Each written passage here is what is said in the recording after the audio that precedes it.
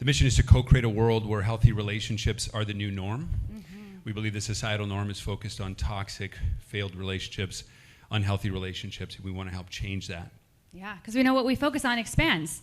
And the stories that we get on news and media and magazines is all about all the stuff that doesn't work and all the drama that happens. What if we shifted that? What if we shifted that to all the incredible stories that are out there, by the way, so many of them, of incredible people in partnership doing things to absolutely elevate the world that are so peaceful and playful and fully alive relationships? What if we heard more about those? Who would want to hear more about those and how they did it? Do you think that would help us shift the conscious state of what we even believed was possible in relationships, right? Because everything is impossible until one or two people shift it. 4-minute mile, telephone, flying. What do we think is impossible right now in relationships, and how can we shift that? And today we're going to do some big shifting, hopefully. And our whole talk is about anti-aging relationships. And one of our favorite teachers, Wayne Dyer, says, when you change the way you look at things, the things you look at change. So after this talk, we hope that you might look at relationships very differently.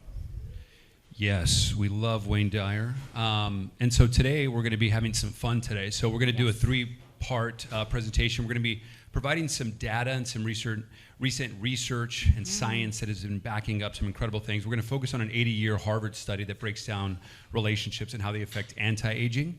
Then we're going to have some fun, some ridiculous fun, actually. Let's have some fun. Need some fun in the room. We're going to have some fun in the second half of the presentation. And then because data matters, conversations matter, but we want to make sure that we start the integration process to really start to embody some of the things. If we know that relationships are important, and you'll maybe start to see a shift after you see some of these findings, at the very end we'll do a little connection exercise that I hope you all will love. So let's begin. Good genes are nice, but joy is better. I'd like to get just a consensus here. Who agrees with this statement? By a show of hands. Ooh, good crowd, good crowd. Okay, it's about 3/4. Yeah. Okay. So, so there has been a lot of, well, first of all, also I want to get another gauge. How many people here have done genetic testing? Yeah, we were just talking about it. How many people have done it? Yes. Okay, great. About 50%. Great. Us and too. genetic testing, us too. Very important, like, of course, the panel just Super talked important. about for all the different reasons. Yeah, I think a lot of us would agree here that personalized nutrition and lifestyle based on our genetics is so important, and it really is the future, as what's really good for you might not be so great for me, and vice versa. Yeah, but what's interesting, and what a lot of these researchers from 80-plus year study that we'll go into, and not just this research, there's been a lot of this stuff, are talking about how joy is more important, and especially joy from these healthy, happy, warm relationships that we'll dissect here in a moment. Not that it's like, way up here or anything like that, but it's like, genetic testing is important for all the reasons we mentioned and more. But you'll find some really interesting stuff here in a moment about how more important from what they were finding and where they were shocked at was that these warm relationships were more important. So let's begin here. Yeah. So this study is really important for us to look into because it's one of the longest studies known to man. It spanned over 80 years, had 4 different directors, now consists of over 1,300 people, men, women, and children, from a diverse set of applicants. And most of the time, studies like this don't happen because either researchers pass away, funding runs out, or people get distracted. So the findings from this study are really important for us to pay attention to. And we really enjoyed the in-depth analysis that they provided. So this is back in 1938 during the Great Depression. They were having a lot of brain scans, blood work, a lot of health tests across the board. They would interview individually and collectively the applicants and their families in their living room and get just the thoughts, feelings, emotions that were happening with the survey questions, with the interactions that they were doing. Just really in-depth stuff. And of course, the whole study they wanted to find out was what was the leading and end-all be-all of how we can live a healthy, long, happy life. Yeah. And what you'll start to see here is, it started with genetics, but they had shock after shock after shock of what they were finding for these 80-plus years, and of course, still finding out. Yeah, so what they find out, some really key findings were that people that were most satisfied in their relationships at age 50 were also the healthiest at age 80. Also, researchers found out that people that had a strong social support had less mental deterioration as they aged, right? This stuff that we're doing now, very important. Yeah, creating connection. Also, that people who were happy in their marriages later in life reported that their moods didn't suffer even on days that their physical pain did. Mm-hmm. Pretty also, significant. On the flip side of things, people that were in unhappy marriages actually experienced more physical pain because of the added emotional pain that was going on. Mm-hmm. So this next finding, I hope that we really, really, really take this one in, that loneliness kills. It's as powerful as smoking or alcoholism. Now, we don't want to show this to anybody to freak them out, because of course we're all going to experience loneliness at times. But it's more about, we hope from this slide you take away that loneliness doesn't just feel kind of icky. It's actually doing something to your long-term health and happiness and longevity.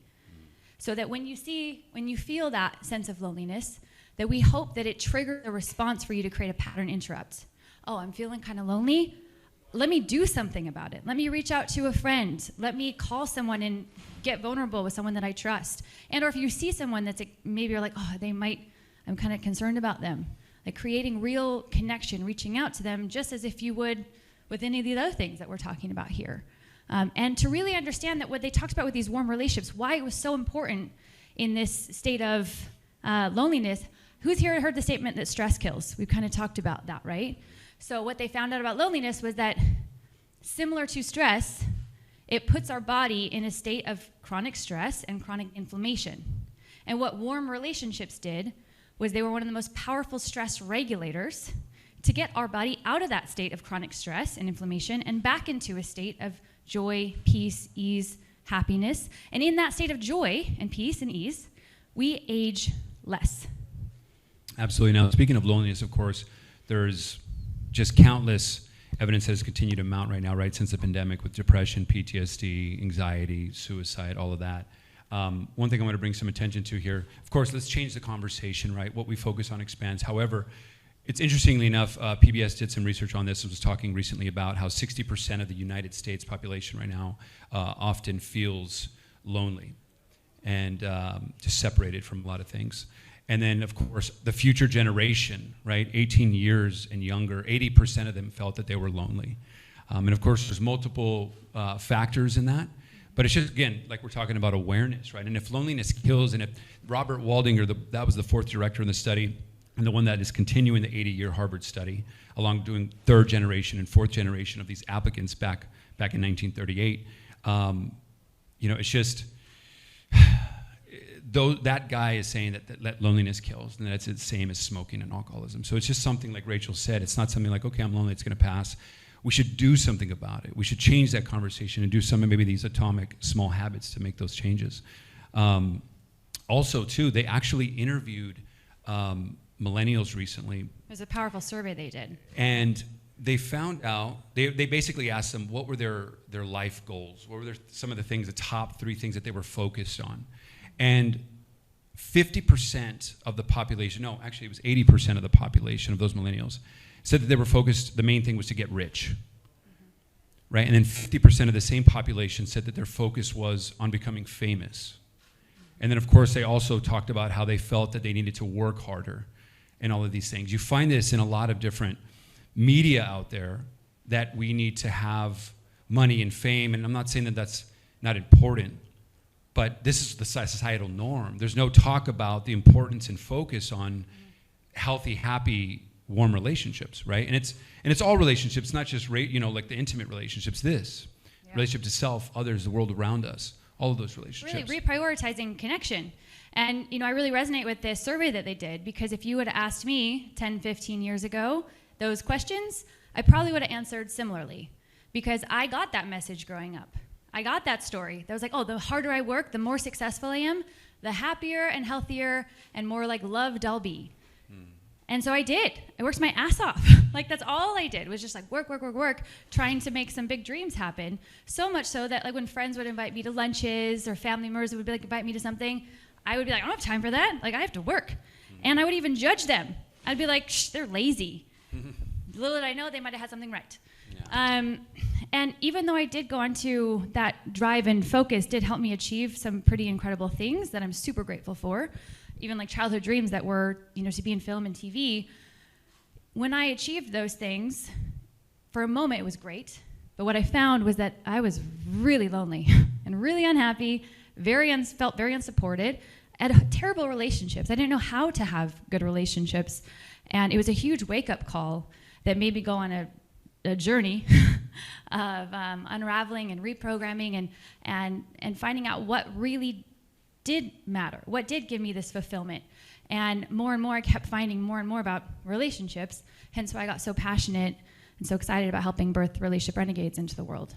Yeah, and I think it's also important to note that, so the focus on warm relationships that the study continuously talked about was, it was two main things that came out of it. It wasn't that like we didn't fight or that friends didn't fight or bickering was okay, but what they found out was that the two main things was that both parties felt that they could be their authentic selves, right? Right now it's so challenging for humans to be their authentic self, right? And that's a whole nother deeper conversation, but that was very important in the study in terms of what it was doing to brain health and physical health, et cetera, et cetera. The second thing was that they found out that both parties feeling like they had their back no matter what.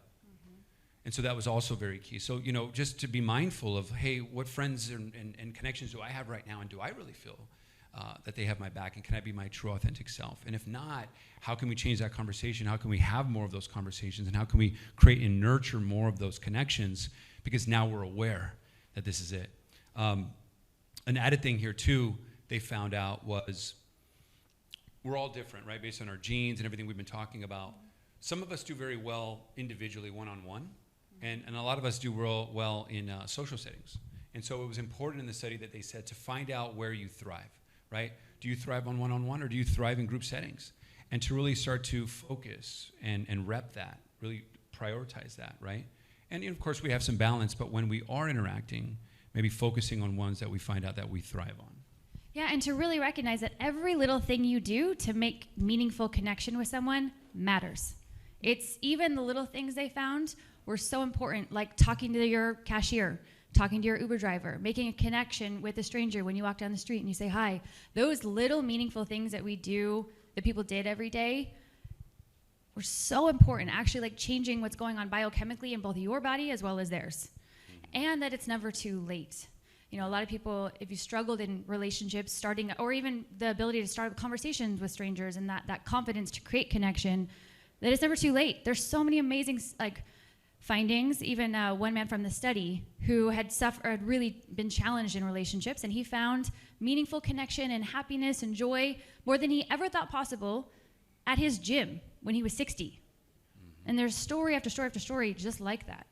Yeah, I mean, even in our company, we find this all the time, not only in the 60s and 70s and 80s, finding more connection, more peace, love, and joy, but also the love of their lives at 80. Yes. And having a beautiful chapter then, right? And then, of course, when we're talking about longevity and we go to 100, 125, 150, 80 for them is like, wow, I still have a long time to really live a healthy, happy life and feel so complete and wonderful. Yeah. So, whether it's friends or families that we know, it's important to share that conversation. It is never too late. They were even interviewing a lot of these key applicants, even on their deathbed, since they started way back. And on their deathbed, of course, they were asked more and more and more, what was most important? And of course, they said the strength and connection of their relationships is what truly mattered. And you hear this time and time. One of our favorite motivational speakers, Brendon Burchard, I don't know if you've heard of him before, but we love him in a lot of different ways. And for many years, he actually interviewed, for many years, thousands of people on their deathbed. And it's a whole long story he shares, but for those that don't know, the main consensus back was that they wish that they would have lived more. They wish they would have loved more. And they wish they would have mattered more to all the to all their relationships in their lives. And so we hear this countless times. And so we just hope that the science and data from this study, and then you can see other studies that are mimicking this, that is now catching up. Science is like, this is affecting our brains. This is affecting our physical bodies. Yeah. You can recover faster from illness when you have these happy, healthy relationships. So it truly is never too late. Yeah, and that, again, just like he said, we can't reiterate that enough, because I think it's so important that we, at least for my brain, I've realized that when I flip a switch, that understanding that these warm relationships don't just feel good, they're actually protecting your brain health, your physical health. We're helping you recover faster from illness. That flip in your brain of like, when I choose this choice of making meaningful connection, I'm slowing the aging process for not just me, but also for the other person, and how powerful that is. And when we both ourselves get that and flip that, I was also sharing that that's helped me set even healthy boundaries with stopping work and or with not going to Instagram or whatever that is, right? It's just like making that flip switch to know that, especially if it's linked to survival, because I think we're very wired to do things to help us survive, right? So understanding that is really important. Yeah.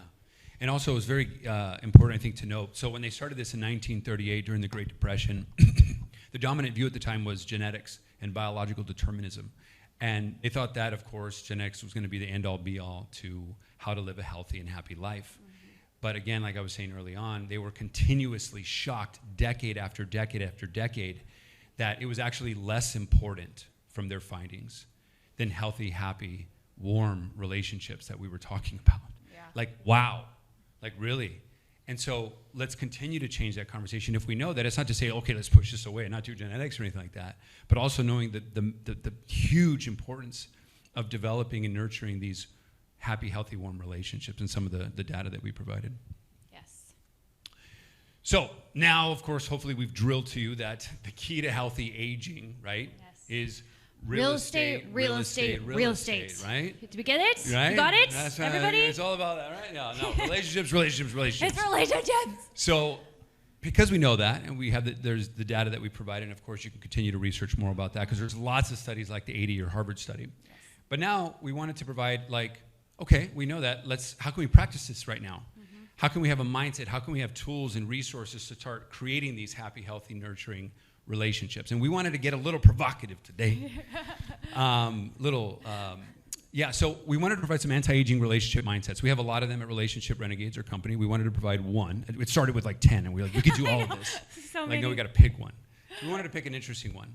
And this one's called Triggers Are Gifts. Yeah, really important to understand. If we want to have healthy, warm relationships, we have to understand what might be stopping us from having these meaningful connections. And oftentimes, those are triggers. Triggers there's this perception of triggers, right? That they're just icky and awful and scary. And all we think to do in those moments, we have a flood of emotion and adrenaline that makes us go fight, flight, or freeze. And most of the time, it feels so overpowering that we disconnect. And that creates more disconnection. But if we can shift the perception of triggers and say, what if triggers are just another opportunity for growth? What if triggers are actually these really awesome gifts just wrapped in really ugly wrapping paper? Yes. Really ugly. Really ugly wrapping paper. So, right now we chose this one because right now society is getting triggered all over the place, right? Politically, religiously, on the road, in their relationships, with their family.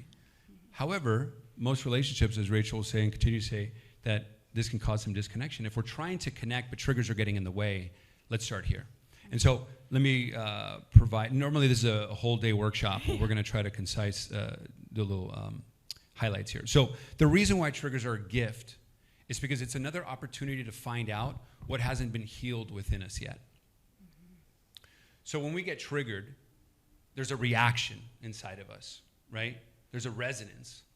And that resonance is important because if you guys know the universal law of resonance, that'll help explain it a little bit more. So there's a universal law of gravity, right? There's also a universal law of resonance. I love the quote from Nikola Tesla that talks about, Nikola Tesla, that says, I was going to say Elon, that if you want to know the secrets of the universe, think in terms of frequencies, vibrations, and energies, right?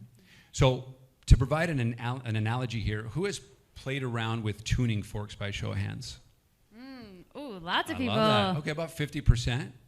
So for those 50% that haven't, the analogy I want to present is this. So if I have tuning forks A, B, and C here in front of me, and in the other room, there's tuning forks A, B, and C in that room. If I take tuning fork A and I strike it, and it starts to resonate, can somebody tell me what's happening in the other room? Which one is vibrating? A, great, right? No one touched it, no one did anything, but all of a sudden I stroke the tuning fork A, and it's vibrating. All of a sudden that one's going on, right? Now, let that sink in for a little bit. Now I want you to imagine that you have a filing cabinet inside of you. And when you were born to present day, anytime that you had a traumatic experience, anytime you didn't feel safe, seen, heard, or loved, that you acquired a tuning fork into that filing cabinet. And of course, as we go through life, we're having moments and experiences, whether consciously or unconsciously, putting tuning forks into that filing cabinet. Now let's make this more raw and real. Let's take one of those tuning forks, tuning fork A, and let's say I had a moment growing up where I didn't feel good enough. Or of course I had a lot of those. And so let's label tuning fork A the ego-centered, I'm not good enough. Now let's say Rachel also had a moment growing up where she had a traumatic experience where she didn't feel good enough. No, that never happened. Yeah, she actually never has that. Never felt not good enough. So I acquired tuning fork A, I'm not good enough. Rachel acquired tuning fork A. She's not good enough. Of course, she doesn't know this. We're just going through life. And then now we're in a relationship. And any time that I didn't feel good enough, of course, it's all, I don't know, it's on working at the surface level. I may say something or do something if I'm insecure. And by doing or saying something because I don't feel good enough, it's like striking that tuning fork A. And so I'm starting to vibrate, right? Well, because she has that same tuning fork, she, all of a sudden, she doesn't know this, but then all of a sudden, she says or does something because she doesn't feel good enough, and she starts, and it shows up in a fight, or fight, flight, or freeze. And all of a sudden, we're having some disconnection, we're having some fights, and this goes on and on and on. The good point, though, and the good news, is that, of course, the self-development work, right? The deep inner work that you can do to remove that tuning fork. Because once you do the work to feel good enough and you feel complete, in this example, if Rachel says or does something in that same situation and I did not have that tuning fork anymore, there would be no resonance. I feel complete. And I would actually be at a higher state of consciousness where I'd be like, maybe have more compassion, be like, wow, she must be really hurt, right? The whole hurt people.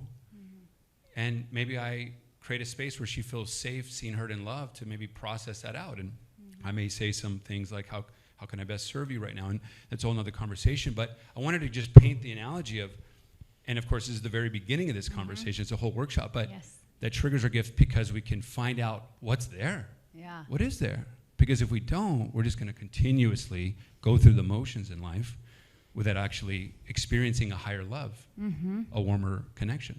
And to also recognize that we have choices when we feel triggered. Oftentimes, those really powerful emotions take over and we feel like we're trapped or we're stuck or we don't really have a choice other than to like run away or to yell or scream. One, to realize that when you get triggered, you do have a rush of adrenaline in your body, and oftentimes I describe it as, we're basically blind, deaf, and dumb during those times. So even having that awareness is really powerful. But then to take some deep breaths and to realize, like, I have choices here. If I choose disconnection, if I choose to run away from this or suppress or deny this, it will only lead to more disconnection, right? But just like I have to muster up energy to jump in a cold plunge or to do a breathwork session or anything that we talk about here, same sort of trigger has to go off in our system to say, I have to just choose to do the brave thing and jump in this trigger, jump in this moment, and really like learn from it, feel it, so that I can unwrap all the ugly wrapping paper and find this amazing gift that is always lying underneath it.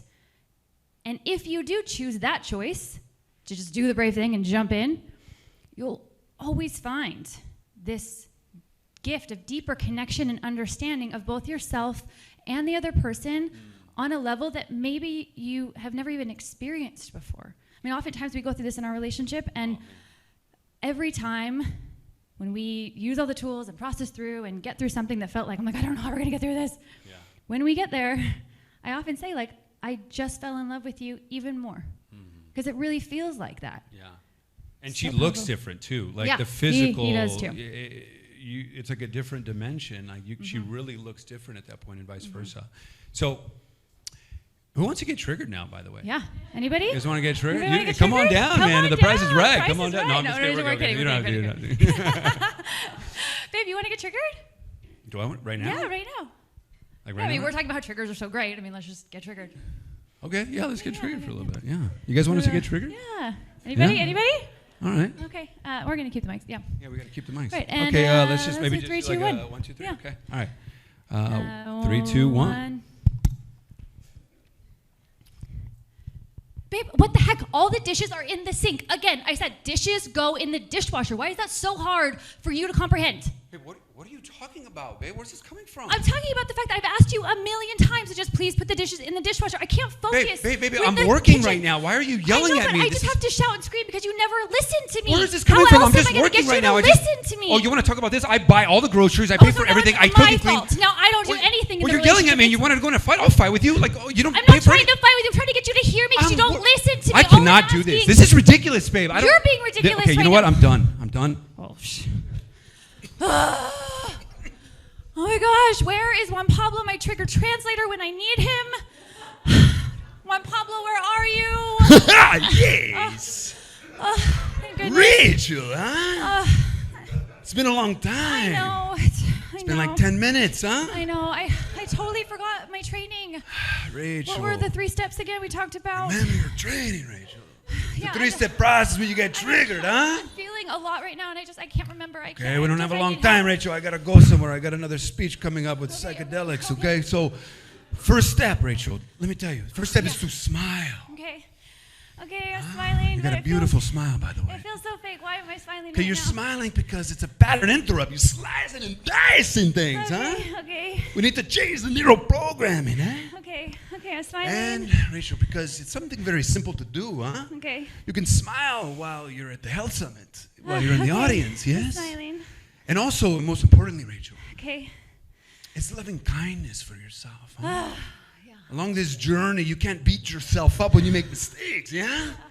You can't go down a negative choo-choo train, huh? Yeah, I don't want to go down that choo-choo train anymore. Yeah, okay, so smile. Okay. Second step. Okay. Is there's me doing it again, yes? Say, there's me doing it again. What am I doing? Well, what were you doing? The more specific, the better. Give me an example. What was happening? Well, I mean, he was not listening to me. He wasn't putting the dishes in the sink. Yes, I asked him a million times. He was being annoying. Okay. We're not judging right now. That's not productive. He's doing his work right now. He's looking the man in the mirror, but you also need to look the woman in the mirror. Okay. And so right now, what were you doing specifically? Yes, come on. I guess I was kind of yelling in his face when he was busy working. Oh, yes. What else? I guess I was kind of... what are you doing, Rachel? Blaming him and attacking him. Well, that's a good one. Yeah, what else? I guess I was expecting him to read my mind, I love that one. Yeah. That's a good one, okay. Now, the reason we do this, Rachel, is because we want you to get into observer mode, huh? Okay. Oh, there's me doing it again. Look at that, huh? Interesting. These are the reps, Rachel, huh? Okay, yeah. These are the reps. Yeah. You want this to get bigger, faster, stronger, this muscle. Yeah, I want to get bigger, faster, stronger. Okay, Let's good. go. Third step, Rachel. Okay. Is to welcome the emotions, yes? Now, what kind of emotion? You probably have a lot of emotions going on. Oh, so many emotions right now. I feel like frustrated, anger, you probably sadness, have a lot of annoyance. emotions in this beautiful body of yours. So many emotions. Juan Pablo, focus. Okay, sorry. Yes. So, what were some of the emotions you were facing, huh? Let's go with anger. Really. Oh, that's a good one. Me and anger like to slice and dice, huh? Doesn't feel very good. It's good guys. It's not good or bad. Thinking makes it so, huh? Yeah, but it feels pretty bad right now. Yeah. So, what I want you to do is I want you to pretend that you're at your house and anger is knocking on the door. It's like, hey, let me in, okay? And I want you to open the door and say, anger, come on in. Come to the party. Welcome. Come on in. Maybe make him a cup of coffee and put some butter and some collagen and some mushrooms in there. Okay. Give him a nice cup of coffee and say, anger, I'm glad you're here. No, I can't do it. Rachel, come here. These are your old programming, let me tell you. No, I just really want to Netflix and chill. I just think it'd be better for me. Rachel, your old programming is to hide, suppress, and deny, and distract. Yeah. And that's like holding a beach ball underwater, Rachel. Huh? Say beach ball. Beach ball? Yeah, beach ball. Now, it's like holding a beach ball underwater when you do those things, yes? Okay. And what it's doing is taking your energy away. You have a lot of beach balls you're holding underwater. Yeah, I have no energy. Yeah, and you need to be free, Rachel. Yeah, I want to be free. Yeah, you need to be free with me. But, what? We can talk about that in a little bit, but it's going to be nice. Okay. But when you welcome these emotions, Rachel, it's like releasing the beach, but there's an eruption. Yeah. An eruption is nice. I just want to be free. Yes. Just let me be free. Okay. So, what I want you to do, Rachel, is to welcome Mr. Anger, huh? Okay.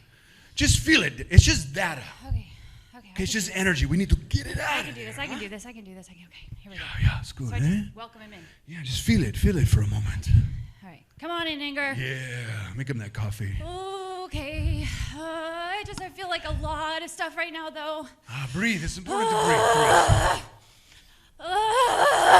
Just let whatever happened be okay. Deep breaths. Just getting it out of there. It's the emotion. So much anger. Oh, yeah. Feel it. Feel it. Yeah. Yes.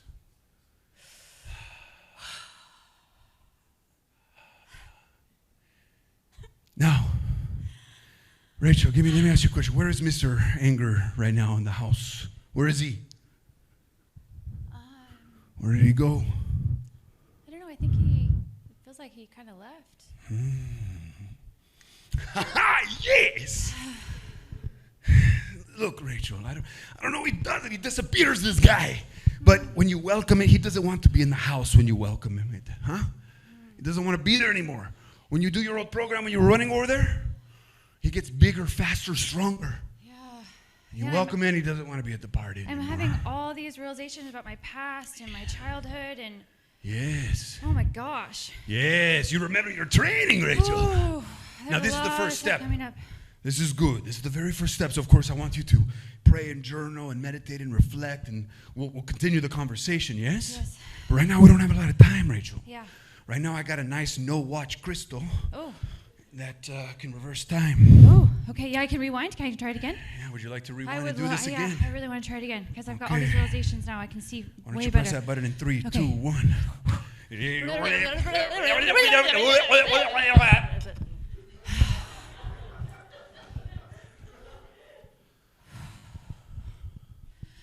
Hey, babe. I can see that you're working right now. I've been feeling a lot of stuff that I would love to be able to share with you. Can we have a talk for like 10 minutes? I'm working right now. Can we do it after my meetings today, or? I know, and usually I would say yes, but this is just really important to me. Is there any way you can step away for just like 10 minutes to talk about something? Yeah, I got a meeting in 10 minutes, but yeah, I can certainly do that. Hold on. Okay. What's going on? Well, can I say something really quick? Yeah. So every time you bring these up, when we need to talk, I just get really worried. And I know we've been practicing like being vulnerable and making sure we create a safe space where we can communicate. So even though I'm scared a little bit, I just want to be vulnerable with you with that. I just promise to create a safe space for whatever you need to tell me. Yeah, I feel scared too. I mean, it's really scary for me to talk to these things, so thank you for creating a safe space for me to share. And nothing to be scared of. I've just, the other day when I yelled at you about the dishes in the sink, I was working with my trigger translator, Juan Pablo, and he was really helping me just discuss. Oh, don't worry about it. It's just, I have this process that I do. And okay. Yeah, no, okay. He really helped me learn was that, yes.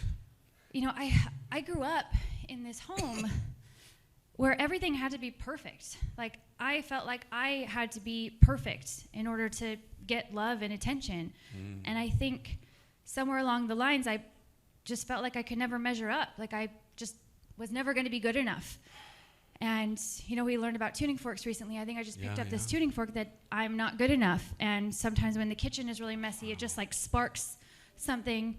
It strikes that tuning fork. And, I didn't mean to yell at you like that. And it wasn't about you at all. It was just about that. And of course I wanted to, have a clean kitchen, but I would love to work together and figure out how to do that better together. Babe, I have no idea what to say. Like, thank you. First of all, thank you for sharing. I know that must have been challenging for you to share, so thank you. What an incredible realization. Like, can I share something as well? So I literally have the same tuning fork. Okay, so I know we've been learning about that. So that I grew up in a domestic violence type household, and I felt very powerless. And I because of that, I wanted to become Superman. I wanted to become have the right job and the right car and travel around the world and have all this money and fame and all this stuff. And it happened, however, it was all coming from a place of I didn't feel good enough, so I wanted to create this Superman. And you've seen it, we've talked about this.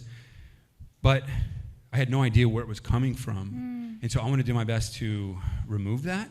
But first and foremost, how can I best support you in this moment? Well, you're doing it right now. So I just commit to doing my own work to kind of deactivating and healing that, and I want to hold space for you to do the same. Well, if you let me know if you need me or if you need your friends or we need to go to a therapist or something like that. Like, I would love to just figure out how I can support you on this. Thank you. Thank you, babe.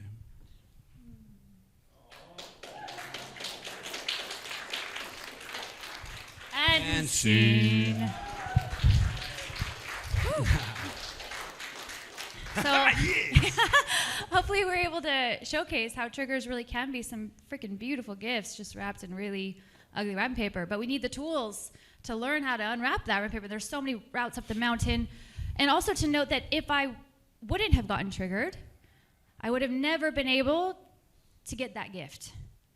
Right? There really are indicators for growth and to figure out what's in there that we might need to heal. Yeah, it's exactly like, when you have your car, when the fuel gauge comes on or anything like that, it's just an indicator like, hey, something's going on here, let's check it out. And, if you didn't hear anything or get anything from this, one of the important kind of umbrella underlying themes at Relationship Renegades is safe, seen, heard, and loved. You've heard us talk about this, right? And we really feel when we talk about fundamentals, we were talking about fundamentals earlier today, and we feel that a higher love fundamentals in all relationships is that if both parties, friend, family, intimate, are committed to growth. In their own way. In their own way. In their own way. But if both are committed to growth, because we believe that we like to parallel this with nature, right? A flower outside is either growing or it's dying. Yeah. And so if it's not growing, it's dying. And so, okay, if both parties decide, okay, we're committed to growth, okay? Mm-hmm.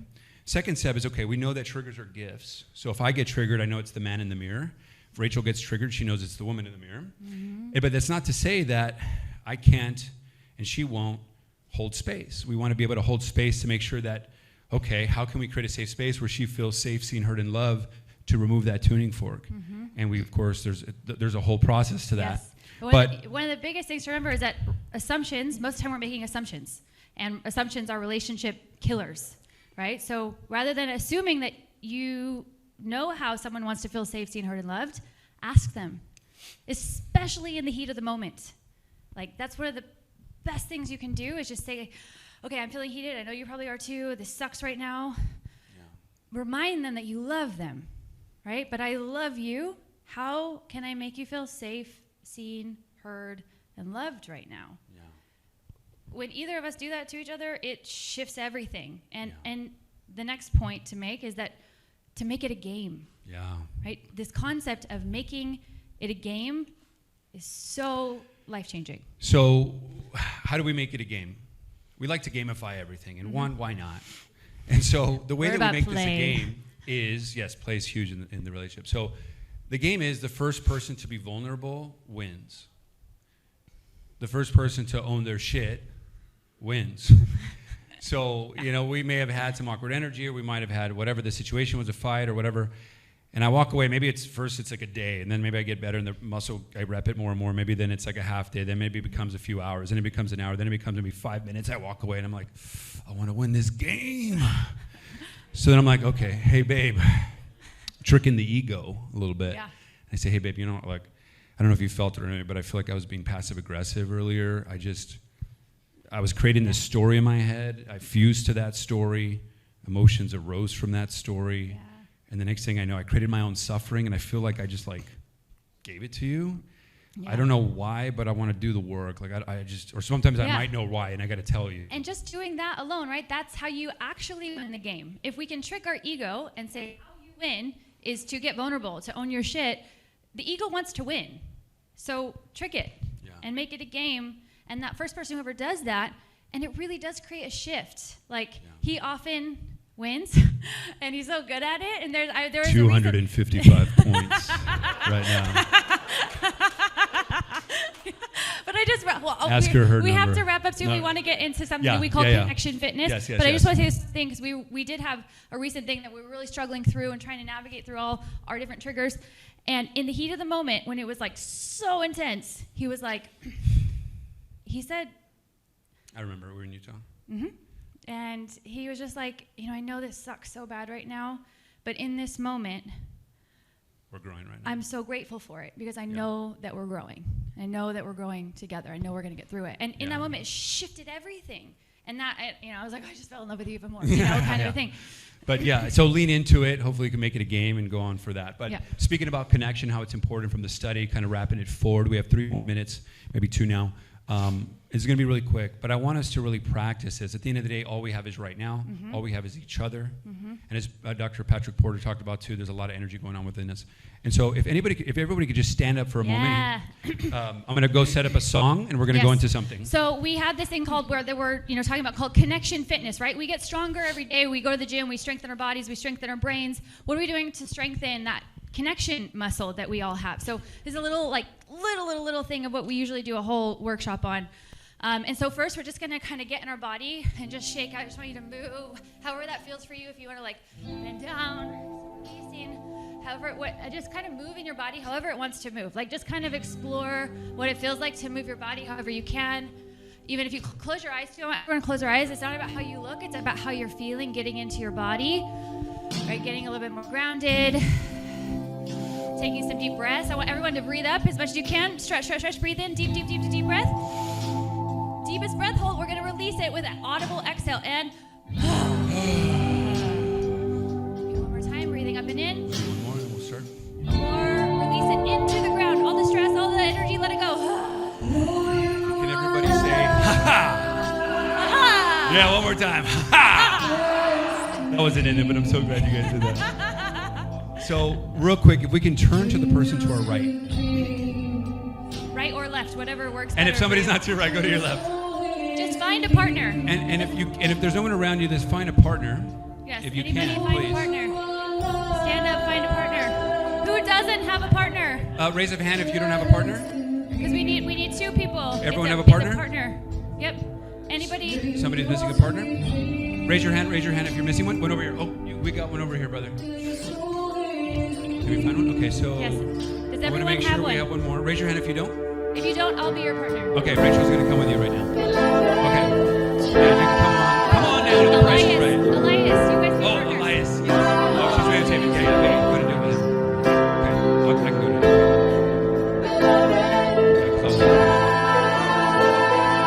Okay, so here's a quick exercise because we got 2 minutes, guys. Ladies and gentlemen. So about this far. Okay, get a little closer. And I want you to look left eye. Everyone point to their left eye. And I want you to look to their left eye. Okay? Left eye to left eye. And when I say start, we are going to stop talking. Okay, I'm going to say that 2 more times. We're going to stop talking when I say start. We're going to stop talking when I say start. There's nothing else to do, just to be. And I will guide you through this. Let's begin. So take a moment just to breathe right now. Let's sit into it.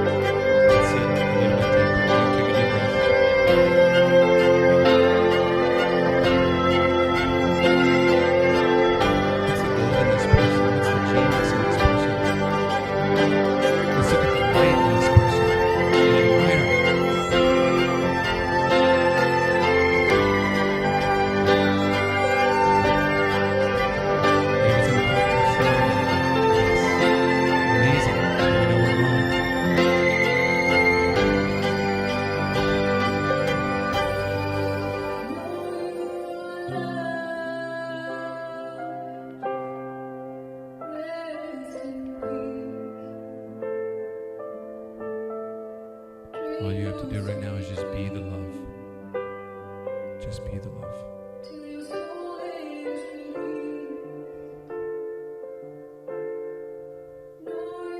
If you've been sending love, try switching it and receiving it.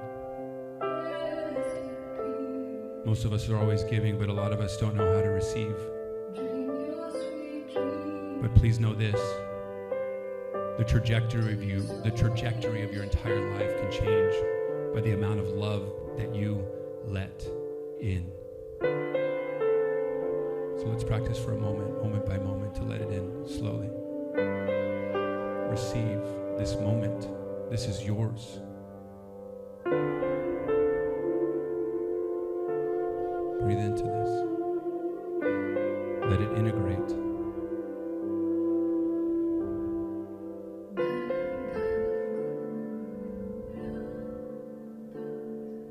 See yourself.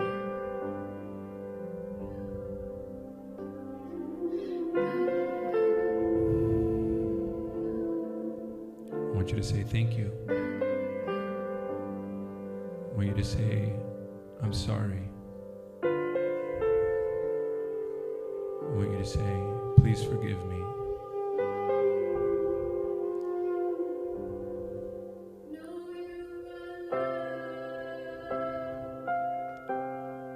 And say, I love you. Take a deep breath. 10, 9, soak it up, we'll never be here ever again. 7, 6, be here now. 5, 4, 3, be the love. 2, deep breath. 1. All right, thank you, everyone.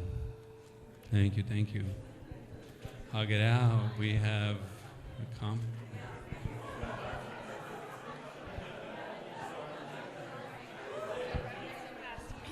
Okay, thank you everyone so much. Again, if you have any questions, comments, come talk to us. This is us, relationshiprenegades.com. Again, I'm Rachel. This is Emilio. Thank you so much for playing full out with us. We're super grateful.